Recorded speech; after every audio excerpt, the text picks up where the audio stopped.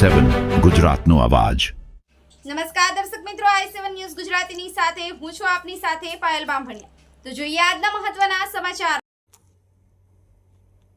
આણંદ જિલ્લાના આંકલાવ તાલુકાના અંબાવ ગામમાં ભરત પઢિયાર નામના વ્યક્તિની જીવતા સળગાવી દેવાની ઘટના બની અને આંકલાવ પોલીસ મથકે અંબાવ ગામના મહિલા સરપંચ કોકિલા પઢિયાર, તેણીનો પતિ દિનેશ પઢિયાર, મહિલા સરપંચના બંને પુત્રો નિલેશ પઢિયાર, રાજેશ પઢિયાર અને ભત્રીજા અશોક પઢિયાર કુલ 5 લોકો સામે આંકલાવ પોલીસ મથકે ગુનો નોંધાયો અને આંકલાવ પોલીસે તપાસ હાથ ધરી આંકલાવ પોલીસે ચોંકાવનારા ખુલાસા કર્યા છે। અંબાવ ગામનો નાગરિક ભરત પઢિયારને અંબાવ ગામના મહિલા સરપંચ કોકિલા પઢિયારે કરેલા આર્થિક ભ્રષ્ટાચારની જિલ્લા વિકાસ અધિકારી, તાલુકા વિકાસ અધિકારી, મુખ્યમંત્રી સુધી કરી હતી લેખિત રજૂઆત। મહિલા સરપંચના પતિ અને પુત્ર તેમજ ભત્રીજાએ મળી અરજદાર ભરત પઢિયારને જીવતો સળગાવ્યો।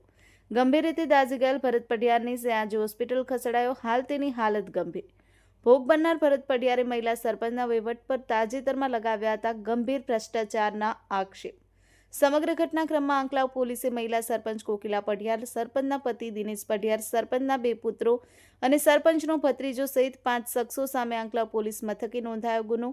આરોપીઓ તમામ ફરાર છે। ભોગ બનનાર ભરત પઢિયારની સળગાવવાની ઘટનાના વિડીયો વાયરલ થયા હતા, જો કે આંકલાવ પોલીસ સૂત્રોના જણાવ્યા મુજબ તમામ આરોપી હાલ ફરાર છે। જ્યારે ગંભીર રીતે દાઝી ગયેલ વ્યક્તિ ભરત પઢિયારે જાતે જ પેટ્રોલ છાંટી પોતાને આગ લગાવી રહ્યા હોવાનું જણાવી રહી છે। સ્થાનિક નજરે જોનારા ગ્રામ્યજનો પણ આ જ મુજબની કેફિયત જણાવી રહ્યા છે કે ભોગ બનનાર ભરત પઢિયારે જાતે જ પોતાને પેટ્રોલ છાંટી અગ્નિ ચાપી છે।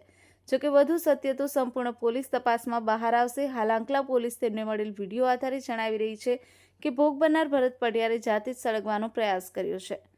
Bureau chief Narendra Sharma, i7 news Gujarati, Anand. શું ઘટના બની હતી, શું ફરિયાદ દાખલ થઈ હતી, કયા પ્રકારની તપાસો થઈ અને શું ખુલાસા આજે કરવામાં આવ્યો છે? જી, આણંદ જિલ્લાનું આંકલાવ પોલીસ સ્ટેશન અને આંકલાવ પોલીસ સ્ટેશનનું અંબાવ ગામ, એ અંબાવ ગામમાં ગઈ તારીખ 3 તારીખના રોજ સાંજના સમયે એક બનાવ બન્યો હતો અને એ બનાવમાં જે ફરિયાદી છે ભરતભાઈ પઢિયાર ગામના છે, એમના ગામના સરપંચ છે, એમના વિરુદ્ધમાં કોઈક ભ્રષ્ટાચાર બાબતેના આક્ષેપો હતા અને એ આક્ષેપોને લઈને ગામમાં કંઈક જે સરપંચ છે એમના સહિત જે બીજા એમના જે પરિવારના સભ્યો છે એમની સાથે આ ફરિયાદી ભરતભાઈનો કોઈ મારામારીનો બનાવ બન્યો હતો અને મારામારીના બનાવ બન્યા બાદ કંઈક સળગાવવાની વિગત પોલીસ સ્ટેશને ધ્યાને આવેલ અને એ ધ્યાને આવેલ વિગત આધારે પોલીસે જે તે જગ્યાએ સારવાર હેઠળ હતા પ્રથમ આંકલાવ હોસ્પિટલ ગયા હતા। ત્યારબાદ એવી માહિતી મળી હતી કે એમને વધુ સારવાર અર્થે વડોદરા રિફર કર્યા છે, જેથી ત્યાં પોલીસ દ્વારા રૂબરૂમાં SSG હોસ્પિટલ ખાતે એમની ફરિયાદ લેવામાં આવેલ છે અને એમના જણાવ્યા મુજબની ફરિયાદ પોલીસ સ્ટેશન ખાતે દાખલ કરવામાં આવેલ છે અને એ ફરિયાદ અનુસંધાને હાલ પોલીસ તપાસ ચાલુ છે। સર, જે ફરિયાદી છે એમનો એક આરોપ રહ્યો છે કે તેમની પર પેટ્રોલ છાંટવામાં આવીને પછી સળગાવવામાં આવ્યા। પોલીસ તપાસમાં શું ખુલાસા બહાર આવે છે? જુઓ, જે બાબત છે કે એમની પર પેટ્રોલ કે જે જ્વલનશીલ પદાર્થ છાંટીને એમને સળગાવવાનો એ પાસા ઉપર પોલીસ તપાસ કરી રહી છે અને એ સિવાય તપાસ દરમિયાન એવા પણ ક્યાંક ને ક્યાંક બાબતો ધ્યાને આવેલી છે કે એમને જાતે જે જ્વલનશીલ પદાર્થ છાંટીને એમનો પોતાની જાતને સળગાવવાનો પ્રયત્ન કરેલ હોય એવી પણ વિગતો ધ્યાને આવેલ। અગાઉ ફરિયાદી અને ભોગ બનનાર વ્યક્તિ વચ્ચે અગાઉ કોઈ વિવાદ થયેલો હતો? પહેલા વિવાદ થયો હોય એવી વિગત તો ધ્યાને નથી આવી।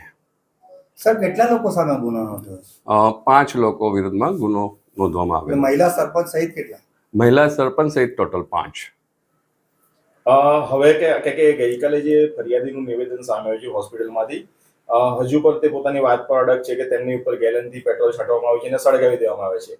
સોશિયલ મીડિયાના વિડીયો કંઈક અલગ કહી રહ્યા છે, તો પોલીસની કામગીરીમાં કેટલી દખલ થઈ રહી છે આખી બાબતોમાં? ના, દખલ કોઈ નથી થઈ રહી। જે પણ તપાસના અંતે સ્પષ્ટતા થશે, જે પણ તમામ પાસાઓ ફરિયાદને અનુરૂપ જે લખાવ્યા છે એ મુદ્દાઓ પર પોલીસ દ્વારા તપાસ થઈ રહી છે। તપાસ દરમિયાન જે આપ કહી રહ્યા છો કે જે વિડીયો સામે આવ્યા છે એ વિડીયોની પણ વિગતો ધ્યાને લઈ રહ્યા છે અને હાલમાં જે વધુ પડતી જે બાબતો આવી રહી છે કે ધ્યાન ઉપર એ એવી ધ્યાને આવી રહી છે કે ફરિયાદીએ પોતે આવો કોઈ પ્રયત્ન કરેલ હોઈ શકે। જી।